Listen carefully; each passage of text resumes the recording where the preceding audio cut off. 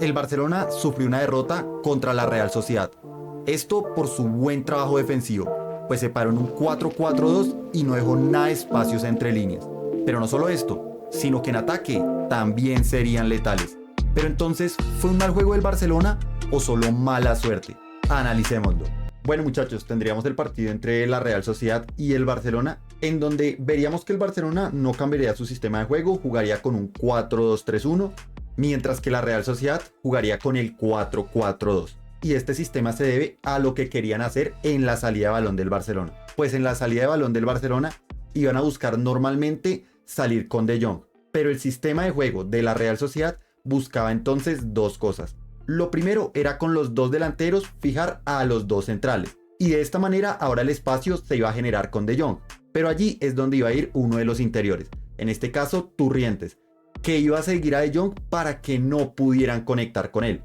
Así el Barcelona solamente tenía ya la opción de jugar por los carriles exteriores, en donde veíamos más de lo mismo, pues los extremos iban a tomar a los laterales. Y ese fue el motivo por el que el Barcelona debió empezar a salir obligatoriamente por los carriles exteriores con Yamal o con Dani Olmo.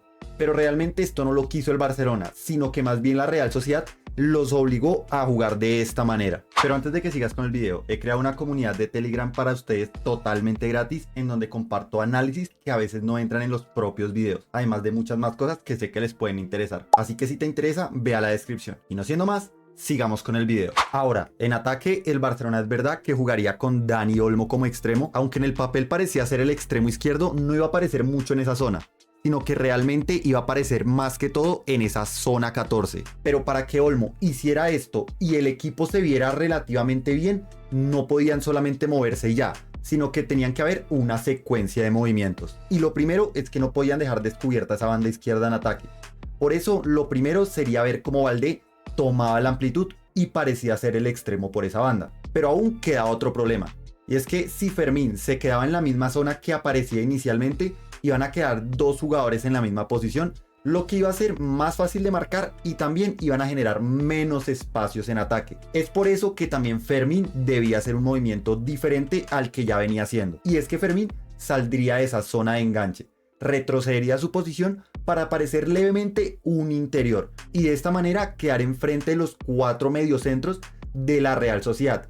Y allí es como podíamos ver ahora sí a Valdé por la banda izquierda, a Olmo de enganche y a Fermín como el jugador que podía filtrar esos balones, sea hacia Valdé, hacia Yamal o hacia Ferran. Pero aquí iba a haber un problema, y es que la Real Sociedad iba a defender demasiado bien, iban a defender también con ese 4-4-2, pero bastantes compactos realmente. Lo que iban a buscar era no dejar espacios entre líneas, por eso es que ni Ferran, Olmo o el propio Fermín podían conectar entre espacios, que es donde sabemos que le gusta jugar al Barcelona. Por ello, De Jong también iba a tener cierta responsabilidad en ataque. Y es que si el Barça quería jugar con Dani Olmo, con Ferran o con Yamal, estos iban a tener una marca cerca. El bloque de la Real siempre los iba a seguir a donde se movieran. Al igual que pasaría tanto con Pedri como con Ferran, que son jugadores que pasan al ataque, pues son jugadores que tienden a tener marcas.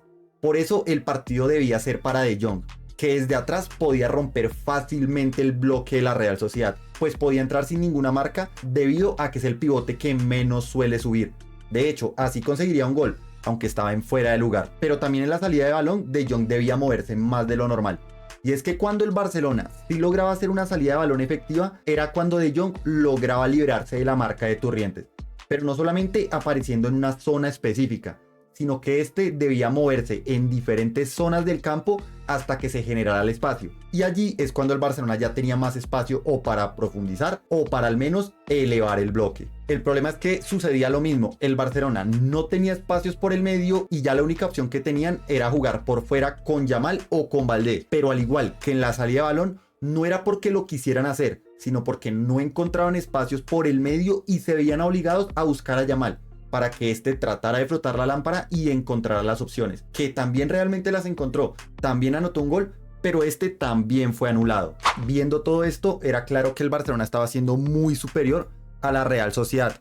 Ya habían anotado hasta 3 goles, había anotado Fermín, había anotado Yamal y había anotado De Jong, pero increíblemente en la primera jugada que tuvo la Real Sociedad, en donde estaba habilitado, terminaron anotando. en una jugada en donde Guedes hizo todo bien. Primero hizo un cambio de frente hacia Cubo. Este allí pudo atraer tanto a Valdé como a Olmo para sufrir un 2 versus 1, pero así fue como jugaría hacia atrás otra vez hacia Guedes, que ahora colgaría un centro al segundo palo, a donde estaba Oyarzábal, que remataría espectacularmente para poner a ganar a la Real Sociedad. Así entonces llegaríamos al segundo tiempo en donde Flick trataría de atacar más, no porque estuvieran jugando mal, repito, sino porque la Real Sociedad iba ganando y el Barcelona, aunque tenía el balón, tampoco es que estuviera encontrando muchos espacios entre líneas. Así que para buscar solucionar esto haría 3 cambios. Primero veríamos que Valdé saldría e ingresaría Cancelo, que debutaría como lateral izquierdo. Ingresaría también Lewandowski por Ferran y Rashford por Dani Olmo. Y es que estos 3 tenían una tarea. La primera era de Rashford, y es que aunque Dani Olmo estaba participando como enganche, realmente no estaba generando mucho peligro. Es por eso que entonces Rashford empezaría a actuar llegando desde atrás, partiendo desde el carril izquierdo, pero llegando casi como delantero y no quedándose en esa zona de enganche en donde sí lo hacía Dani Olmo. Y el otro cambio de Cancelo era principalmente para tirar centros, y es que Cancelo tiene una muy buena pierna para colgar centros, aunque es verdad que lo hace mejor estando por la banda derecha, y es que él es derecho y por eso le queda más fácil centrar desde la banda derecha, aunque igualmente lo que hacía por esta banda era enfrentar el duelo 1 versus 1, enganchar hacia el medio y desde ahí colgar el centro. De hecho así casi logran anotar, y es que de hecho el empate del Barcelona llega gracias a esto. En esa jugada vimos como Yamal pudo recortar hacia el medio y colgar un centro que fue rematado precisamente por Rashford, que como les venía diciendo tiene más llegada que Dani Olmo. Y así, aunque les costó, empatarían el partido. Aunque ese empate no les duró nada, pues en la siguiente jugada la Real Sociedad volvería a ponerse en ventaja. En una jugada en donde la Real Sociedad buscó un centro y en donde increíblemente Joan García termina dando un rebote que termina siendo culminado por gol de Guedes.